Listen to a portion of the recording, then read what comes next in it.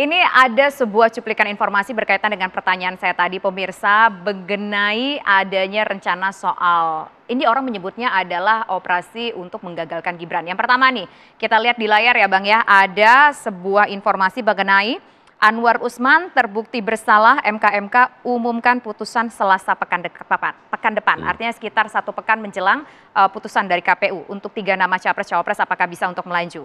Kemudian satu lagi kita lihat pemirsa, ini juga ada sebuah informasi yang berkaitan Jimli, putusan, ini menurut statement dari Jimli ya Sidiki pemirsa dari putusan MK akan berdampak pada pendaftaran capres dan cawapres Bang. Artinya saat ini posisi Prabowo dan Gibran ini terancam nih, jangan-jangan dengan putusan MK Bang, MK maksudnya. Apa yang mau ditanya? Ini gimana jadi abang sebagai, katakan ya nanti akan menjadi jubir sebagai orang yang mendukung Prabowo Subianto dan juga Gibran Raka Buming Raka. Karena abang kan optimis nih bakal 1 putaran Prabowo Gibran menang. Jadi negara demokrasi itu kamar-kamarnya itu dipisah. Dan setiap orang dalam kamar itu punya kebebasan dan punya independensi.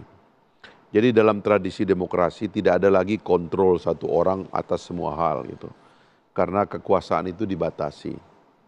Nah, keputusan di Mahkamah Konstitusi itu adalah keputusan yang independen. Mereka punya sistem di dalam.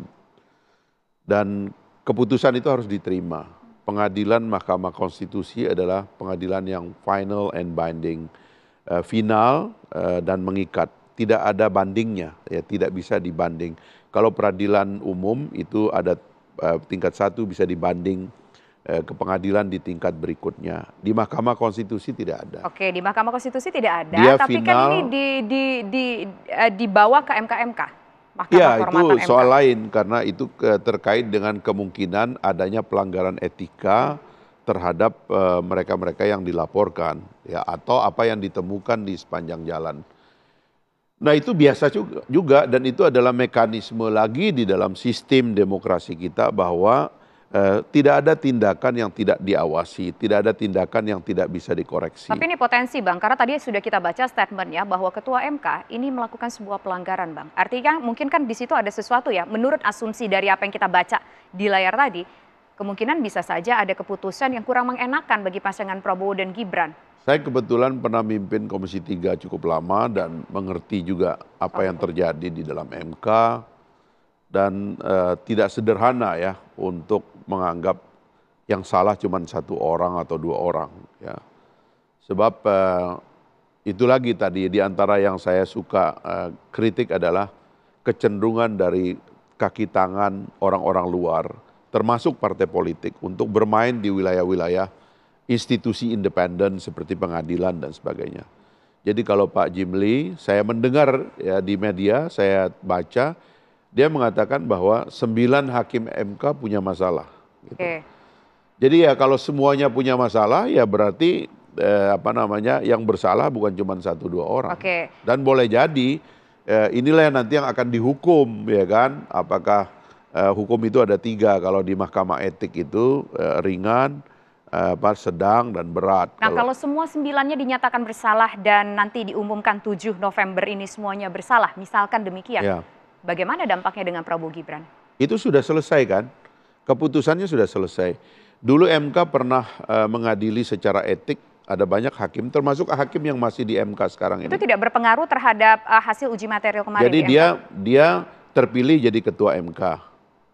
Lalu kemudian dilapor bahwa dia itu bertemu dengan anggota dewan yang akan memilih dia. Lalu ditemukan oleh MK bahwa memang dia ketemu dengan para politisi. Dia dihukum oleh Mahkamah Etik, tapi dia tetap terpilih sebagai ketua MK. Jadi itu tidak bisa dibatalkan gitu. Nah, keputusan Mahkamah Konstitusi itu tidak bisa dibatalkan. Dia akan terus berlangsung, tetapi hakim yang dianggap melakukan pelanggaran, dia bisa ditindak. Gitu. Apalagi keputusan ini kan bukan keputusan bulat kan. Keputusan ini kan sebenarnya 45. Iya, 45. Nah, 45 itu artinya memang ada yang betul-betul setuju dan juga ada yang tidak setuju. Jadi bukan misalnya bulat ini setuju semua lalu ke ke 9-9-nya melakukan pelanggaran. Dulu ada peradilan sengketa pilkada di MK juga hakimnya terbukti menerima suap, tapi hasil pilkadanya tetap berjalan. Oke, berarti no worries lagi ya soal itu, hasil sudah pasti akan ada 3 calon nanti ketika KPU mengumumkan sepekan kemudian dari MK mengumumkan, begitu ya Bang ya? Dari dulu begitu, MK ini sudah begini dari dulu. Saya kira naik turunnya citra Mahkamah Konstitusi, dan sekarang ini kita bersyukur karena ketua MK ini adalah pendiri Mahkamah Konstitusi, ketua dari Mahkamah Konstitusi yang pertama, jadi dia pasti tahu apa yang akan Tapi dia nah ini kerjakan. juga Bang, ketua MK-nya juga dikritik Bang, karena yang bersangkutan ketua MK-nya adalah pamannya Gibran. Ketua MK maksud saya, okay. Mahkamah Kehormatannya MK, itu adalah bekas ketua MK yang pertama, dan dia bisa dibilang sebagai pendiri dari Mahkamah Konstitusi. Jadi saya kira dia akan bekerja secara profesional dan dia tahu apa yang akan dia kerjakan. Oke, baik. Nah kemudian satu lagi, sekitar 2 hari yang lalu kita juga mendengar seorang anggota DPR RI, Masinton Pasaribu, menyatakan, menganjurkan adanya hak angket atas MK tersebut, putusan MK. Saya bahagia mendengar karena sudah 10 tahun mereka ini tidur, ya. Artinya kita dulu mau mengajukan angket ya. Saya ingat betul tuh beberapa hak angket yang kami usulkan di DPR itu selalu dihalang-halangi oleh partai besar. Ya. Dan sekarang kalau ada partai besar yang mengajukan itu seperti udara segar bagi kita ini masyarakat. Mudah-mudahan partai-partai lebih seringlah menggunakan hak angket dalam rangka menginvestigasi sesuatu yang menjadi kegelisahan masyarakat.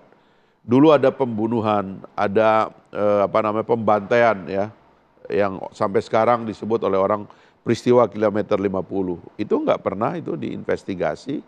Lalu setelah itu ada kasus Sambo yang luar biasa itu. Ya, ada institusi-institusi liar kita anggapnya itu.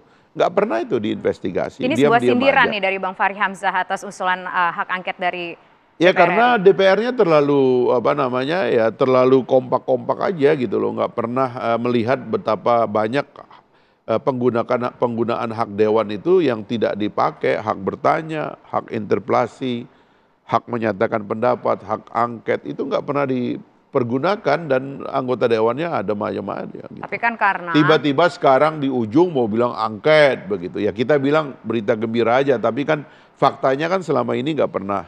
Jangan-jangan nanti kalau misalkan nih sosok yang abang dukung nih juga menang, koalisinya kan juga paling gemuk nih Bang sekarang. Kan kalau kemarin kita mendengarkan itu bisa terrealisasi kalau misalkan dominan setuju untuk melakukan hak angket.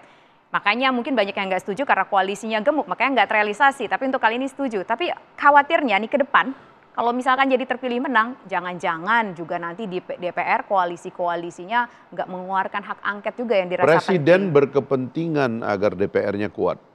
Ini satu doktrin yang harus kita yakinkan kepada siapapun presiden yang akan datang, bahwa presiden sangat diuntungkan oleh DPR yang kuat.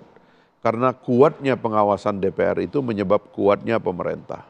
Menteri-menterinya nggak bisa sembarangan kalau DPR-nya itu kuat gitu. Karena itulah sebenarnya presiden harus memberikan dukungan pada penguatan lembaga legislatif. Biarkan mereka melakukan investigasi. DPR sekarang kuat gak? Lemah. DPR-nya lemah. Tapi koalisinya gemuk Bang. Ya itu tadi, ya, ada kekeliruan persepsi yang dibangun oleh partai politik bahwa seolah-olah kalau mereka bergabung dengan pemerintah atau punya kader yang menjadi presiden, mereka memperlemah dirinya. Selama ini memperlemah dirinya, kan belakangan aja baru kelihatan agak galak kan. Setelah dianggap presidennya sudah tidak bersama mereka lagi. Gitu. Oke, tapi ini sebuah ancaman Bang. Kalaulah seandainya hak angket ini terjadi, ini kan berdampak buruk Bang, karena dianggap melakukan intervensi dalam proses uji material di Mahkamah Konstitusi. Ini kan bisa mengganggu jalannya, melenggangnya Prabowo Subianto dan juga Gibran Raka Buming Raka menuju Pilpres 2024. Lantas bagaimana nih kepada Abang yang menjadi calon juru bicara untuk Prabowo dan Gibran? Sih, Umumnya kita tahan dulu Bang, kita masih ada satu segmen lagi, kami kembali sesaat lagi pemirsa.